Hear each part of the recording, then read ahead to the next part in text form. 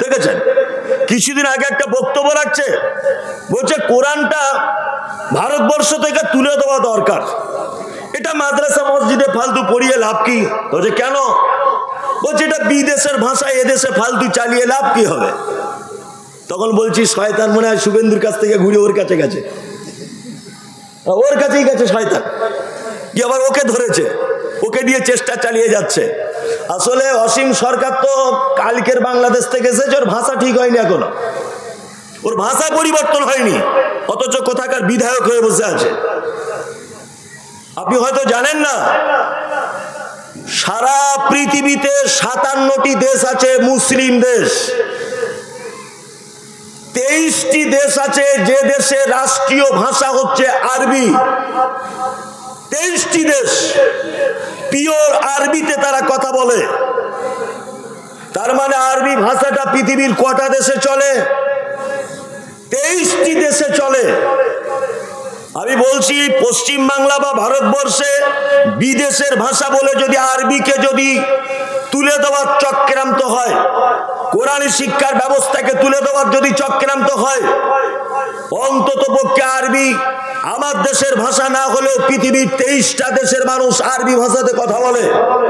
আমি অসীম সরকারকে এটা বলতে চাইছি যে স্কুল বোর্ডে যে সংস্কৃত ভাষাতে বইগুলো পড়ানো হয়, সারা পৃথিবীর একটা দেশ, সারা পৃথিবীর কোন একটা গ্রাম, সারা ভারতবর্ষের একজন ব্যক্তি আপনি প্রমাণ করে দেখান যে সংস্কৃত ভাষায় সারাদিন কথা বলে।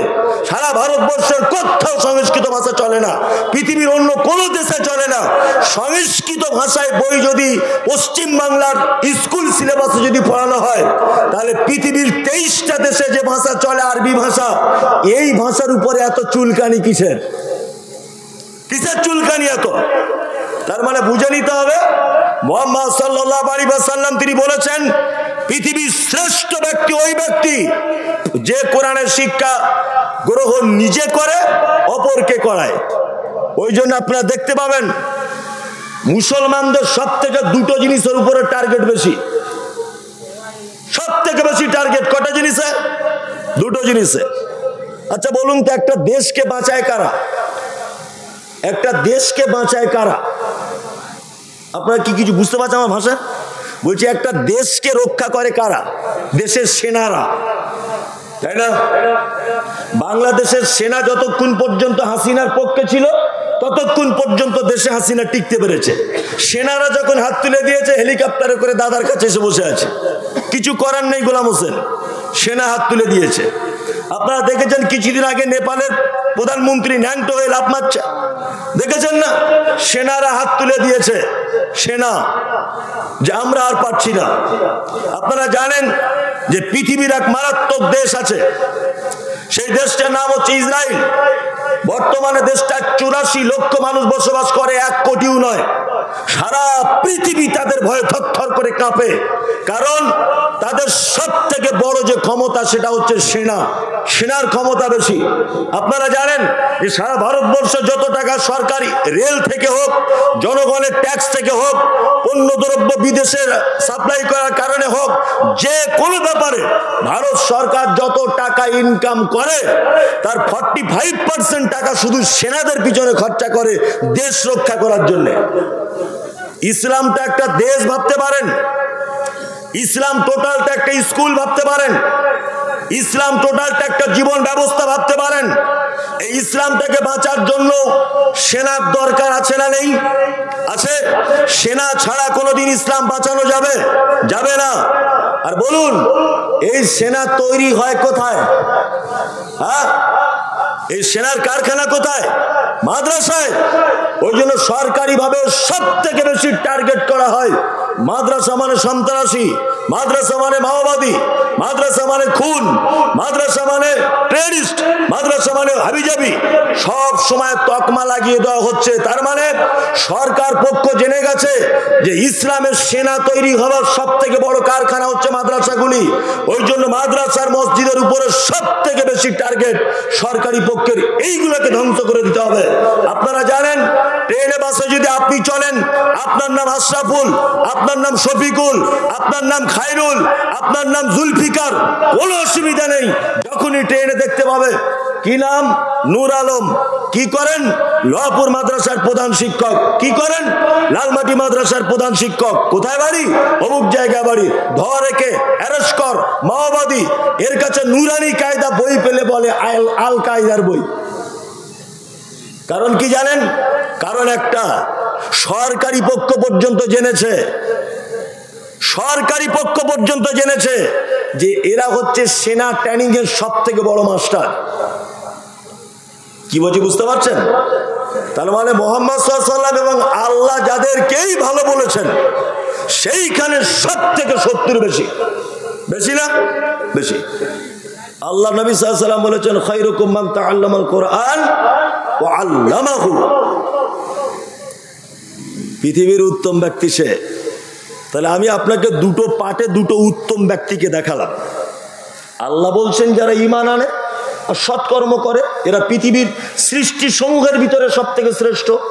আর মুহাম্মদ সাল্লাল্লাহু আলাইহি ওয়াসাল্লাম বলেছেন পৃথিবীতে যার যত টাকাই থাক, যে যত পোস্টেই থাক, যে যত এমএলএ মন্ত্রী রাষ্ট্রপতি যাই হোক, আল্লাহর নিকটে ওই লোক ভালো যে কোরআন শেখে আর অপরকে কি শেখায়। তার মানে মাদ্রাসাগুলো কি বুঝতে পারছেন তো?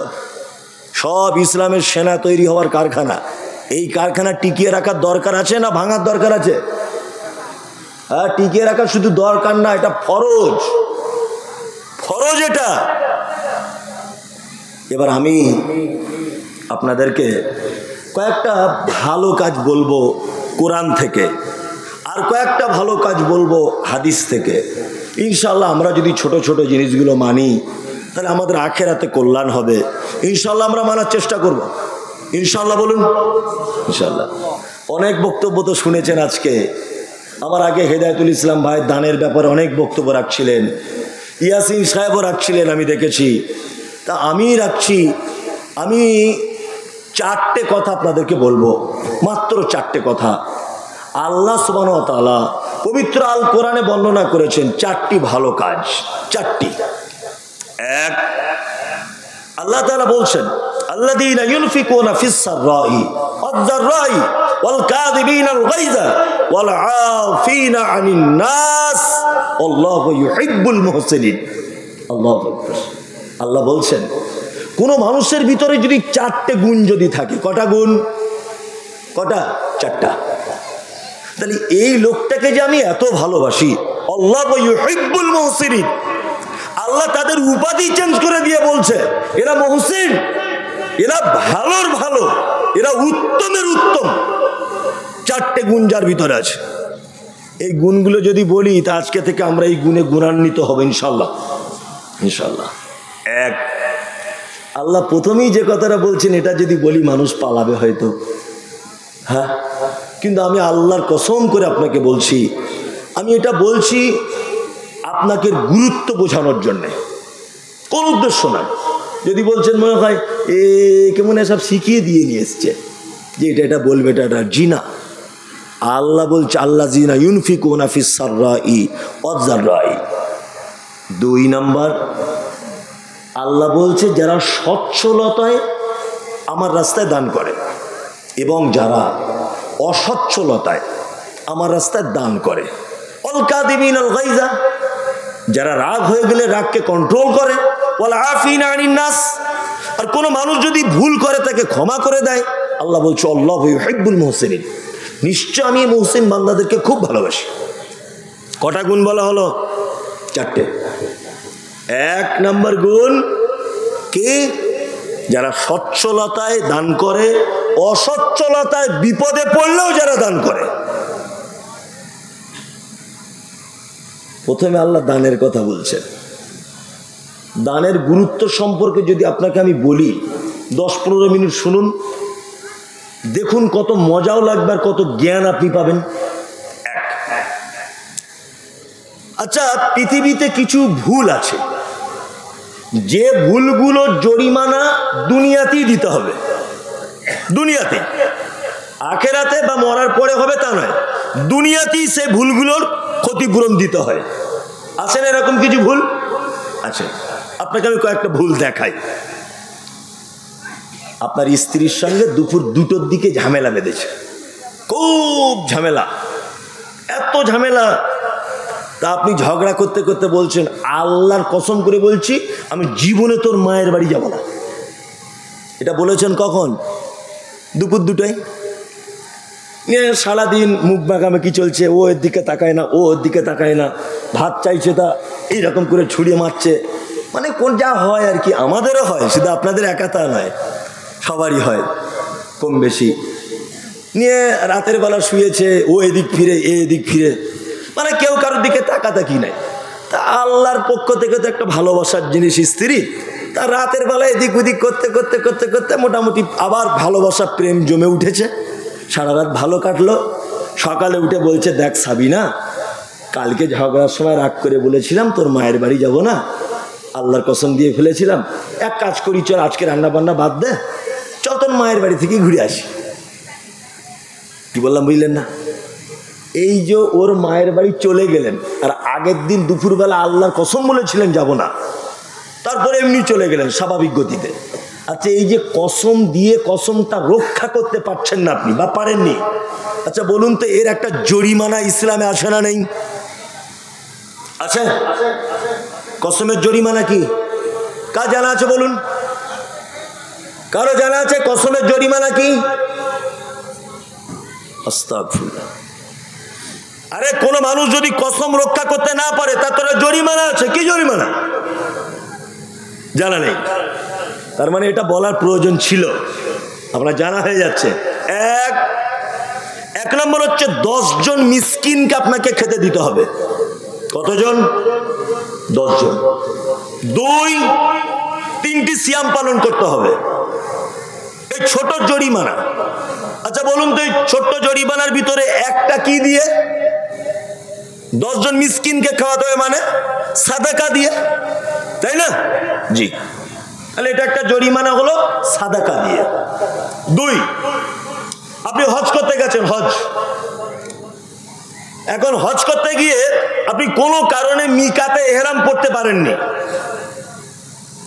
সাফা মারওয়া সাই করতে পারেননি, কোনো কারণে আপনি কুরবানি দিতে পারেননি, কোনো একটা কারণে মিস করেছেন, আপনার জরিমানা আছে। কি জরিমানা? মক্কায় থাকা অবস্থাতে আপনাকে সাদাকা করতে হবে। সাদাকা করার সুযোগ যদি না থাকে তাহলে মক্কায় অবস্থানরত অবস্থাতে 3টে সিয়াম পালন করতে হবে। বাড়িতে ফেরত আসার পরে আবার 7টা করতে হবে।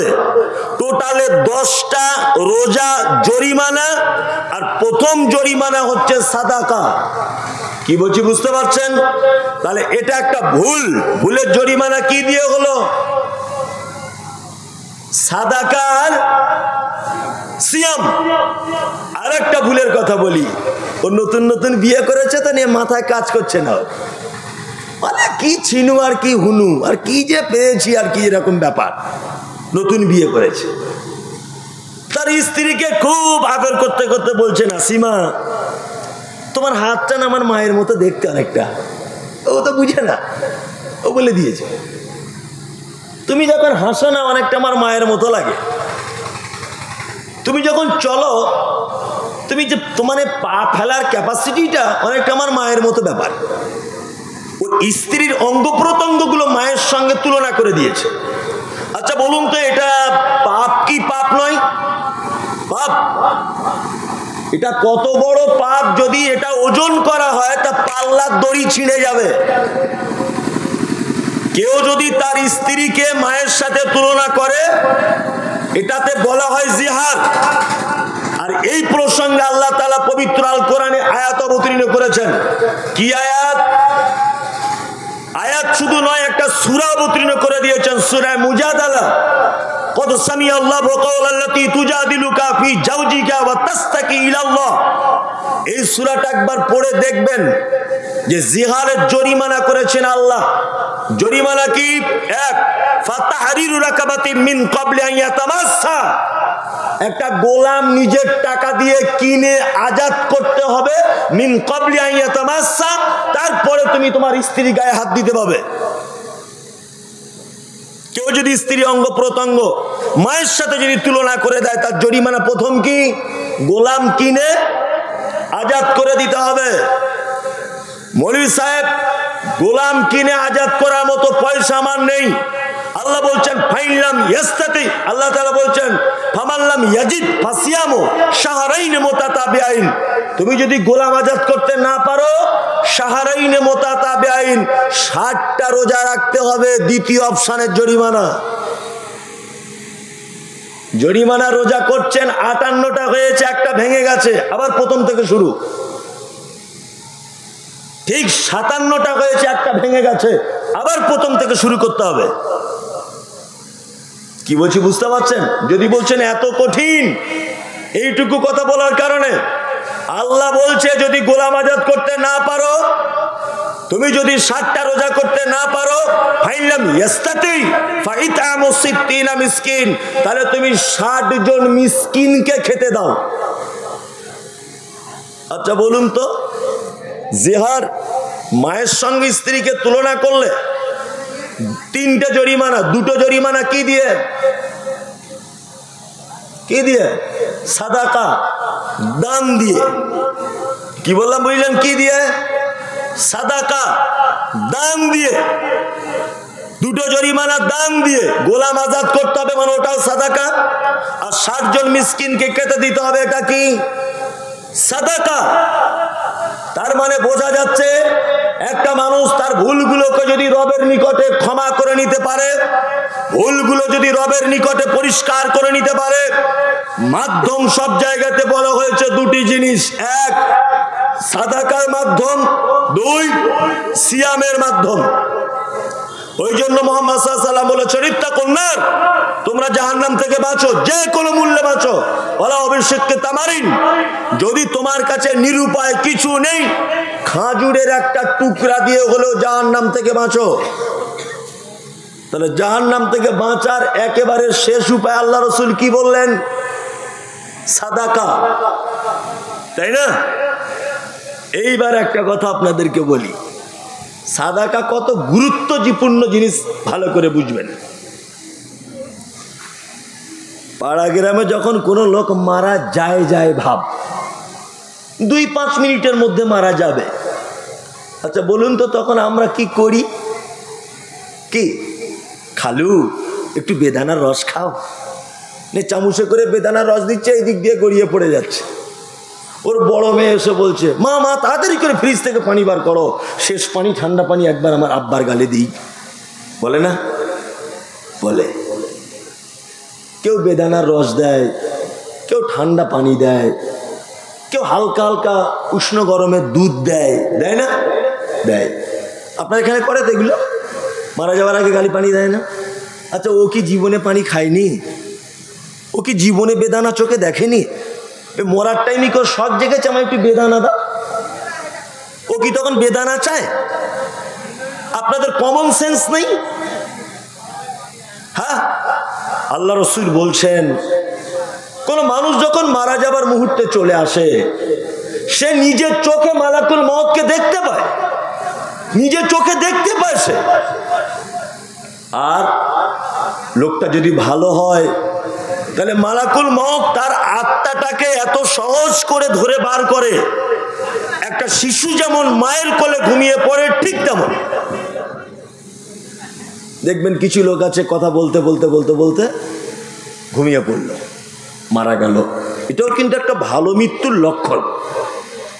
আল্লাহ রাসূল বলছেন যদি বদকার লোক হয়, খারাপ লোক যদি হয়, তা মালাকুল মউত তার আত্মাকে এত কঠিন করে ধরে যে তার শিরা উপশিরা তার সব ছিঁড়ে চলে আসে। আর ওই লোকটা কষ্ট সহ্য করতে না পেরে কি বলে? ফায়াকুলা রব্বি লাউলা আখরতানি ইলা আজালিন করিব ফাআসাদদাকা ওয়া আকুম মিনাস সালিহিন। কথা বলে কি বলে?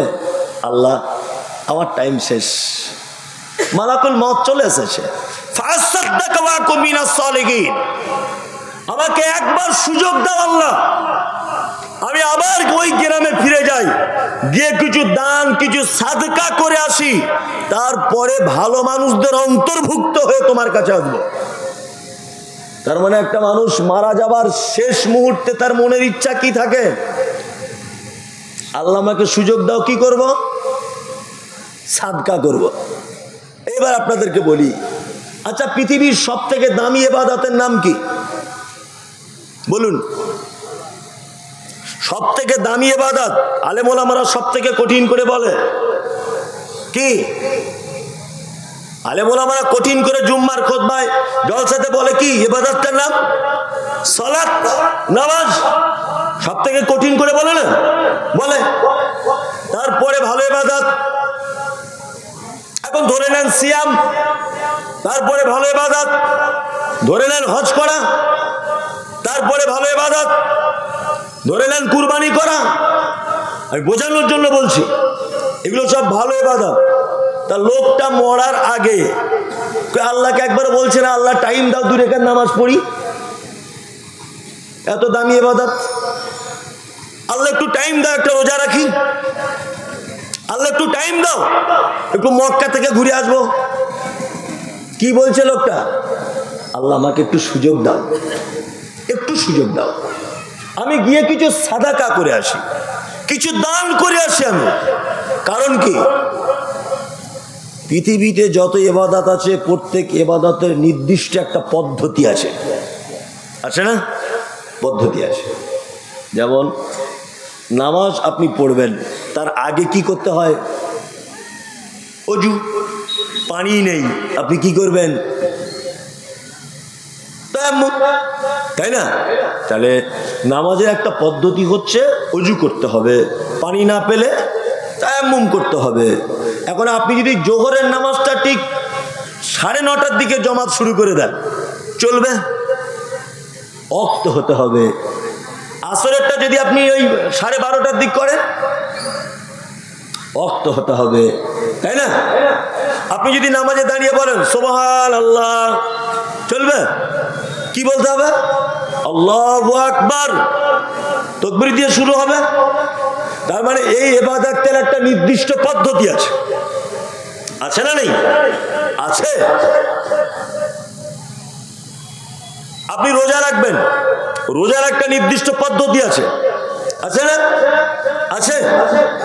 কিন্তু লোকটা বলছে কোনো ইবাদত নয়, প্রত্যেক ইবাদত করতে গেলে সময় লেগে যাবে।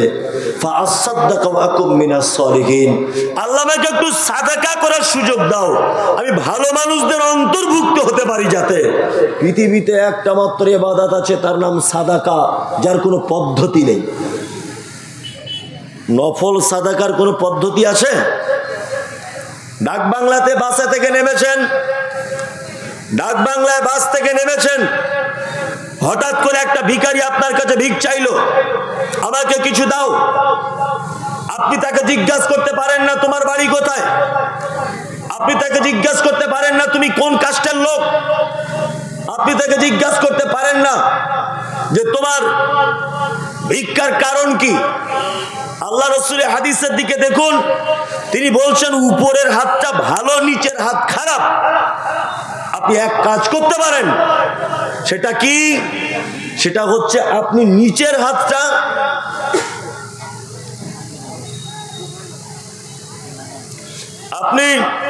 হাতটা খারাপ, উপরের হাত ভালো। নফল সাদাকার ব্যাপারে ইসলামে কোনো পদ্ধতি নেই, এটা খুব সহজে করা যায়।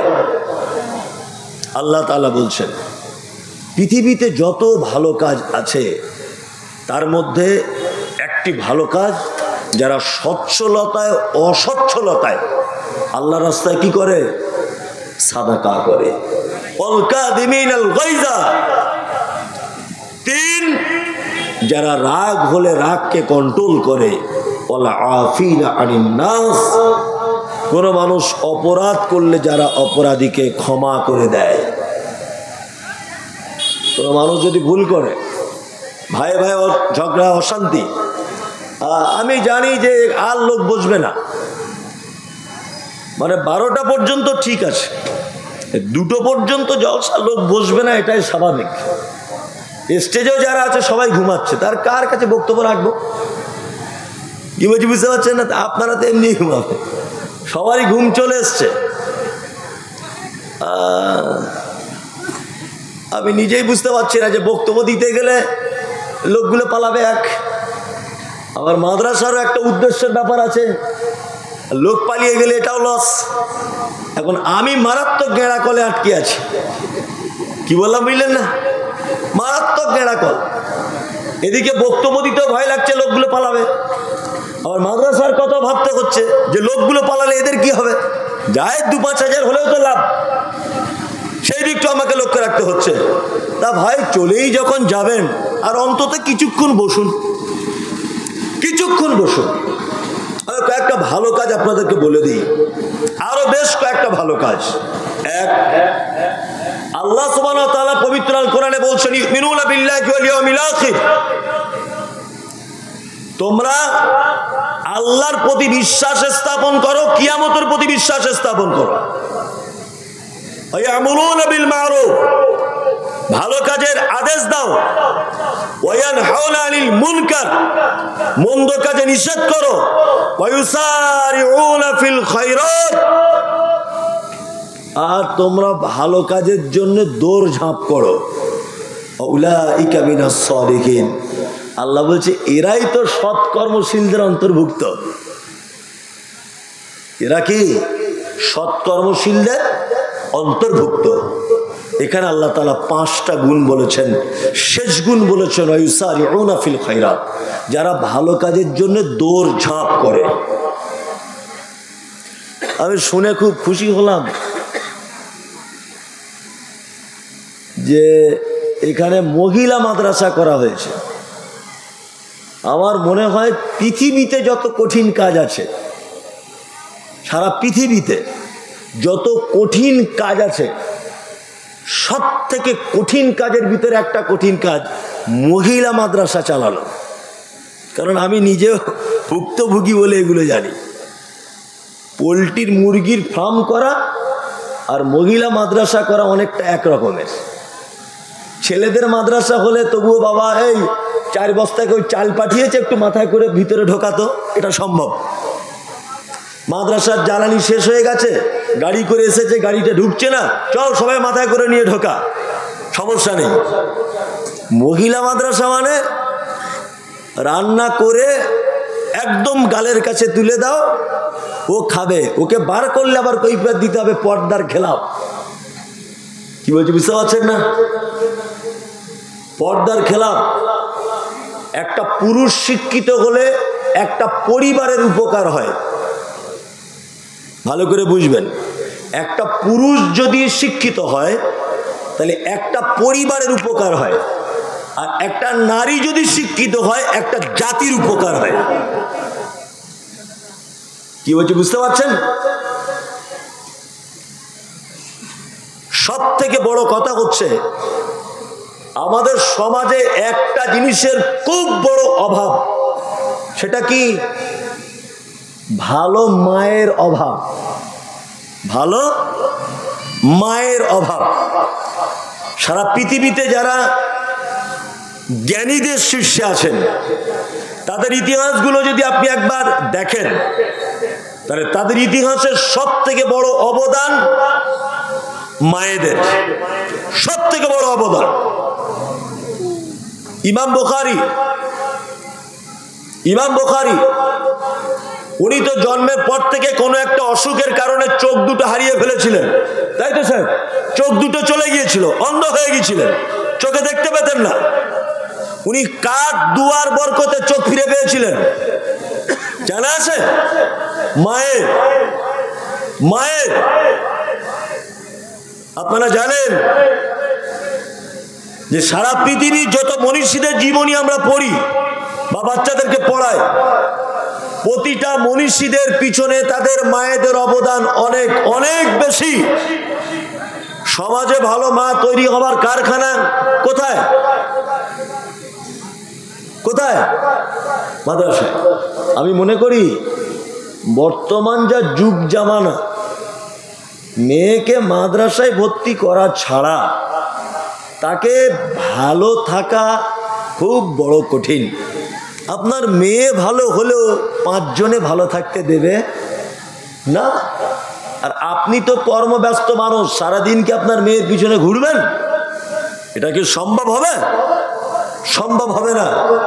তাহলে মাদ্রাসায় দিলে আপনার মেয়ে দ্বীনি শিক্ষার সঙ্গে যুক্ত থাকবে, মেয়ে হেফাজতে থাকবে, আপনিও বাপ হিসাবে কিয়ামতের মাঠে আল্লাহর দরবারে মুহাম্মদ সাল্লাল্লাহু আলাইহি ওয়াসাল্লামের সাথে জান্নাতে থাকার সৌভাগ্য লাভ করবেন।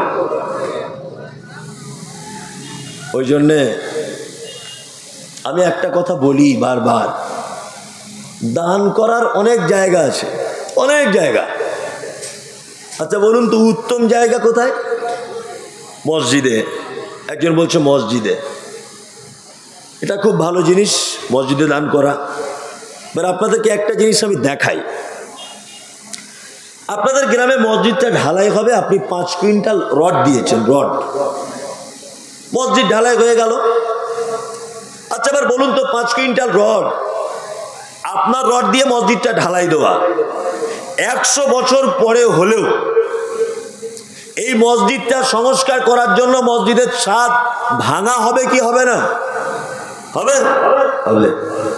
তাহলে আপনার এই রডের লংজিভিটি কতদিন? 100 বছর। তারপরে দেখবেন এই রডগুলো ভাঙড়ির দোকানে বিক্রি হয়ে যাবে, যাবে না? যাবে। কিন্তু আপনি মহিলা মাদ্রাসায় 2000 টাকা দিয়েছিলেন, নিয়ে মাদ্রাসা কর্তৃপক্ষ 4টে বিছানা কিনেছিল ধরে নেন, সেই বিছানাতে বসে 10টা মেয়ে কোরআন মাজিদ তেলাওয়াত করেছে, তার মধ্যে 2টো মেয়ে কোরআনের হাফেজ হয়েছে, তারা মা হয়েছে, তার বেটাকেও সে কোরআন শিক্ষা দিয়েছে, সে যে বাড়ির বৌমা হয়েছে সেই বাড়ির 5 জন মহিলাকে কোরআন শিক্ষা দিয়েছে, সেই বাড়ির মহিলারা আজ জায়গায় বিয়ে হয়েছে, সে আরো 5 জনকে কোরআন শিক্ষা দিয়েছে। আচ্ছা বলুন এইভাবে কোরআন শিক্ষা সিলসিলা কিয়ামত পর্যন্ত জারি থাকবে কি থাকবে না? থাকবে।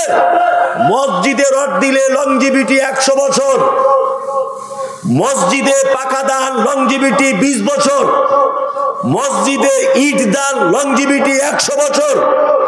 100 বছর পর্যন্ত সাদকার জারিয়া নেকি পেতে পারেন। কিন্তু পৃথিবীতে একটি মাত্র জায়গা আছে যেখানে আপনি 1 টাকা দিয়ে সহযোগিতা করলে কিয়ামতের আগের দিন পর্যন্ত আপনার নেকি হতেই থাকবে, এই সিলসিলা জারি চলতেই থাকবে। কি বলছি বুঝতে পারছেন তো? ওই জন্য আপনাদেরকে বলি যে কোথাও আপনার টাকা ব্যয় করেন না করেন, অন্ততপক্ষে কোরআন শিক্ষার ব্যবস্থা যেখানে, সেটা ছেলেদের মাদ্রাসা হোক মেয়েদের হোক যেখানেই হোক সেখানে ব্যয় করবেন। কারণ এটা একটা সাদকায়ে জারিয়ার মারাত্মক বড় একটা মাধ্যম,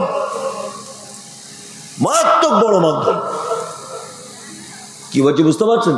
সে কাগজটা দেন, ওটা তো বলা হয়নি, সেটা তো রাগ করবে। এখন তো আবার মানুষ তো মহিলাদের পক্ষ থেকে 9591 টাকা দ্বিতীয় দফা। বাবা আলহামদুলিল্লাহ, আল্লাহুম্মা সাল্লি আলাইহি আল্লাহুম্মা বারিক আলাইহি। সত্যি দ্বিতীয় দফা মানে প্রথম দফাতে নিশ্চয় বেশি হয়েছে। আর রহিমা বিবি উনি দিয়েছেন 500 টাকা। আলহামদুলিল্লাহ, রহিমা বিবি 500 টাকা। যারা এখানে বসে আছেন, আমি আর একটা কথা বলছি, এই কথাটা গুরুত্ব সহকারে শুনে বুঝে তবে যাবেন। আচ্ছা বলুন,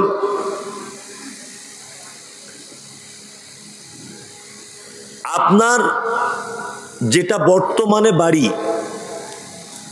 যে বাড়িতে আপনি বসবাস করেন, এই বাড়িটা আগে কার ছিল? আপনার বাবার। তার আগে কার ছিল? দাদুর, তাই না? তার আগে আর তার বাপের।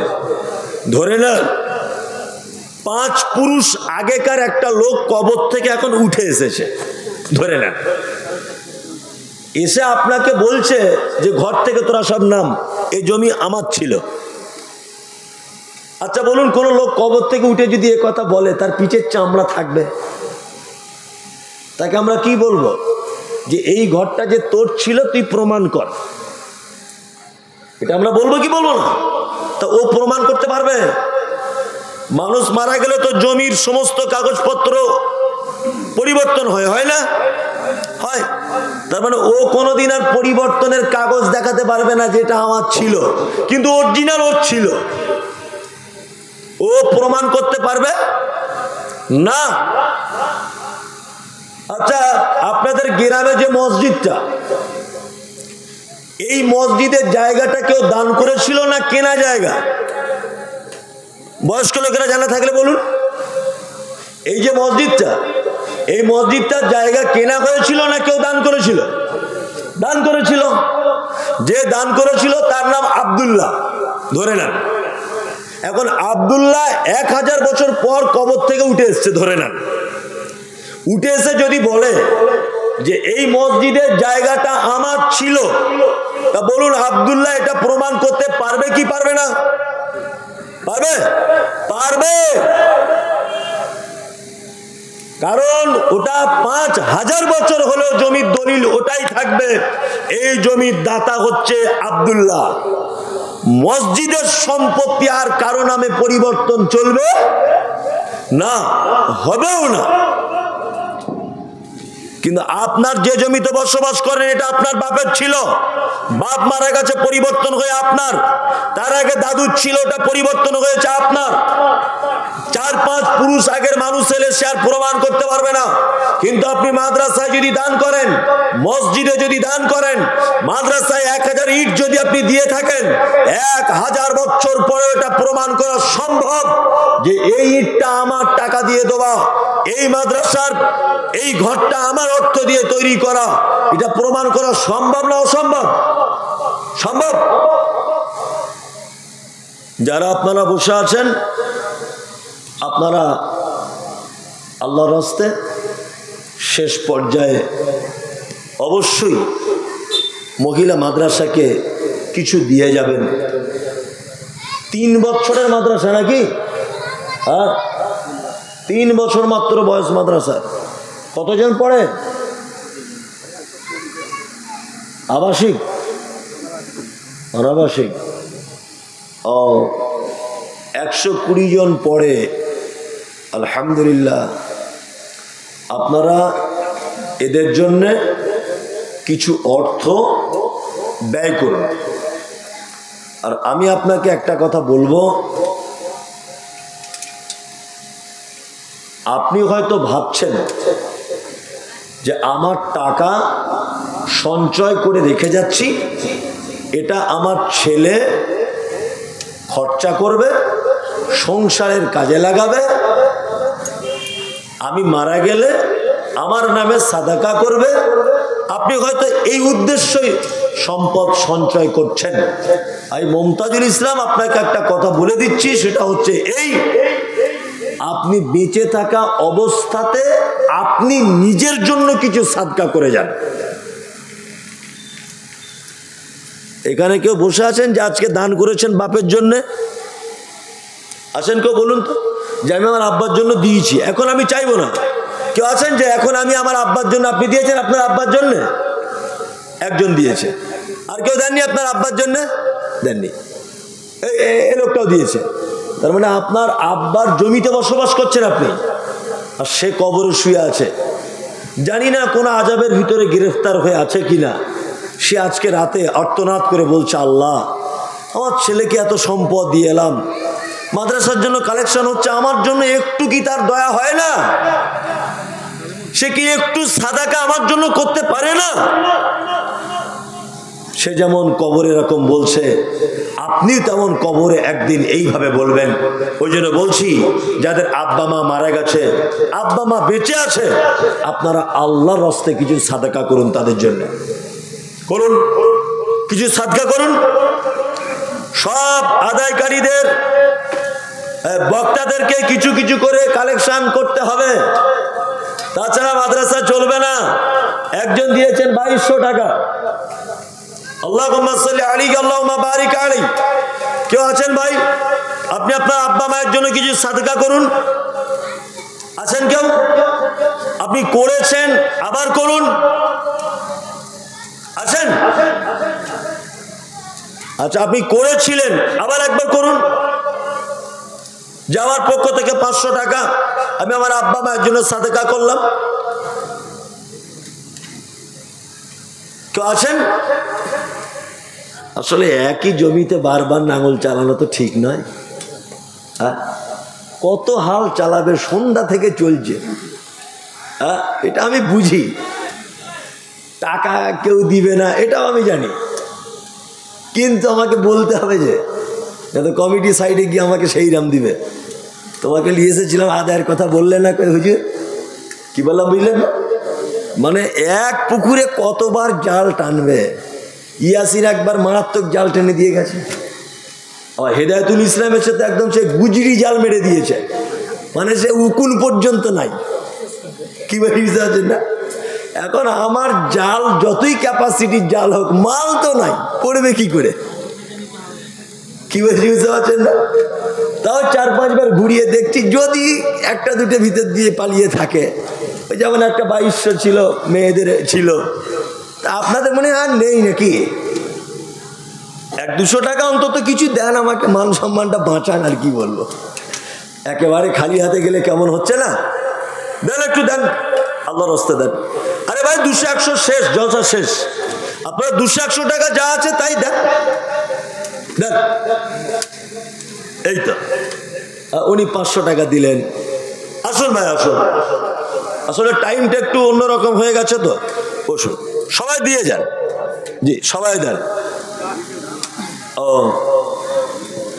আপনারা কি চলে যাওয়ার নিয়ত করেই নিয়েছেন?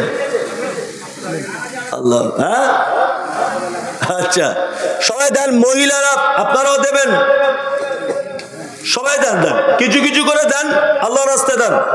আল্লাহ আপনাদের মালে বরকত দিক। কারণ সাদাকা করলে মুসিবত থেকে দূরে সরে যায়, সাদাকা করলে অনেক বিপদ থেকে বাঁচা যায়। বিপদ থেকে যদি বাঁচতে চান তাহলে সাদাকা করুন। আর এই টাইমে তো সাদাকা করার দরকার, কারণ আল্লাহ একেবারে আসমানের নিচে চলে এসেছে যে বান্দা কে কি চাইছিস বল, আমি তাই দিতে প্রস্তুত। মায়েরা যারা আছেন আপনারা কিছু আল্লাহর রাস্তায় সাদাকা করুন, সকলেই দেন, কিছু কিছু করে দেন। আসুন দেন, এই নেন, সকলেই দেন ভাই, দেন দেন দেন। মাশাআল্লাহ। যারা আছেন ফিকুল, ফিকুল 1000 টাকা। আল্লাহুম্মা সাল্লি আলাইহি আল্লাহুম্মা বারিক আলাইহি। ফিকুল 1000। আর কেউ আছেন? দিয়ে দেন ভাই, থাকলে দেন। মনির, মনির এসো, এসো এসো এসো। আর তুমি একটা গজল বলো না। এসো এসো। ভালো আছেন? আচ্ছা আচ্ছা। এমনি এসো এসো এসো এসো এসো। এমনি এসো এসো। আর যদি আপনারা কেউ দেন দিয়ে দেন, আল্লাহর রাস্তায় দেন। ওয়ালাইকুম আসসালাম রহমতুল্লাহ। 10 টাকা 20 টাকা যার কাছে যা আছে দেন, ওটার বাড়ি দিয়ে লাভ নেই। আর সবচেয়ে বড় কথা, এতবার যখন চাইছে ফকিরের মতো দিয়েই দেন, রাগ করেও দিয়ে দেন অন্তত পক্ষে। কি বললাম বুঝলেন? 100 টাকা 200 টাকা যা আছে রাগ করেও দিয়ে দেন, যে এতবার চাইছে যখন দিয়েই দিই, এরকম একটা ব্যাপার ভেবে দেন। জি জি, আসুন। মাশাআল্লাহ, আল্লাহুম্মা সাল্লি আলাইহি আল্লাহুম্মা বারিক আলাইহি। মাদ্রাসার সভাপতি আপনি? ও, সভাপতি 1000। পুরাতন তৃণমূলের মেম্বার, টাকার তো সব ওদের কাছেই আছে। হ্যাঁ, দিয়ে দেন দিয়ে দেন দিয়ে দেন। মেম্বার ভাই ও সাইডে লুকিয়ে আছে, চালাক লোক খুব। চালাক না হলে কি আর মেম্বার হতে পেরেছে? দেন ভাই দেন। আলহামদুলিল্লাহ, না ভালো মানুষ শুনি, ওনার খাওয়া দাওয়া করালেন দেখলাম, সামনাসামনি যদিও বলতে নেই, তারপরেও ভদ্র মানুষ, উনি 1000 টাকা দিয়েছেন। আল্লাহুম্মা সাল্লি আলাইহি আল্লাহুম্মা বারিক আলাইহি। আল্লাহ তুমি ওর মালে বরকত দাও, রুজিতে বরকত দাও। এমনই কে ও এখন তো স্ক্যানারের যুগ হয়ে গেছে, আপনারা স্ক্যানারে মারতে পারেন। আলহামদুলিল্লাহ, ভালো তো। মনি তুমি একটা গজল শোনাও তো, এদিকে এসো, এসো এসো, সাংঘাতিক গজল গায়। এসো এসো এসো, বলো, তুমি বলো বলো বলো। রাত হ্যাঁ কি হচ্ছে? এসো বলো, একটা গজল বলো, বলো। কাশি হচ্ছে, কাশি সব ছাড়া, সব কাশি। আমরা প্রতিদিন বকছি, আমাদের কিছু হচ্ছে না, বলো।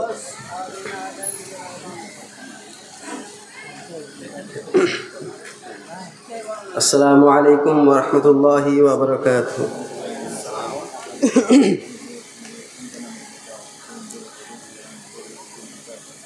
তোমাকে ডাকি যদি একবার আল্লাহ, আমাকে কাছে টানো বারবার। তোমাকে ডাকি যদি একবার আল্লাহ, আমাকে কাছে টানো বারবার। যদি পথ ভুলে যায় আমাকে দিও ঠাই, যদি পথ ভুলে যায় আমাকে দিও ঠাই, দিও দিশা এইটুকু আবদার আল্লাহ, আমাকে কাছে টানো বারবার। তোমাকে ডাকি যদি একবার আল্লাহ, আমাকে কাছে টানো বারবার। দুনিয়ার বুকে আমি এক মুসাফির, বনে যাই প্রতিদিন গুনাহের জাল। স্বপ্নেরা দল বেঁধে রাতে করে ভিড়, আসবে কি কাঙ্ক্ষিত সোনালি সকাল। হয়ে গেলে প্রেশান ও আমার রহমান, হয়ে গেলে প্রেশান ও আমার রহমান। জিকিরে হতে দিও একাকার আল্লাহ, আমাকে কাছে টানো বারবার।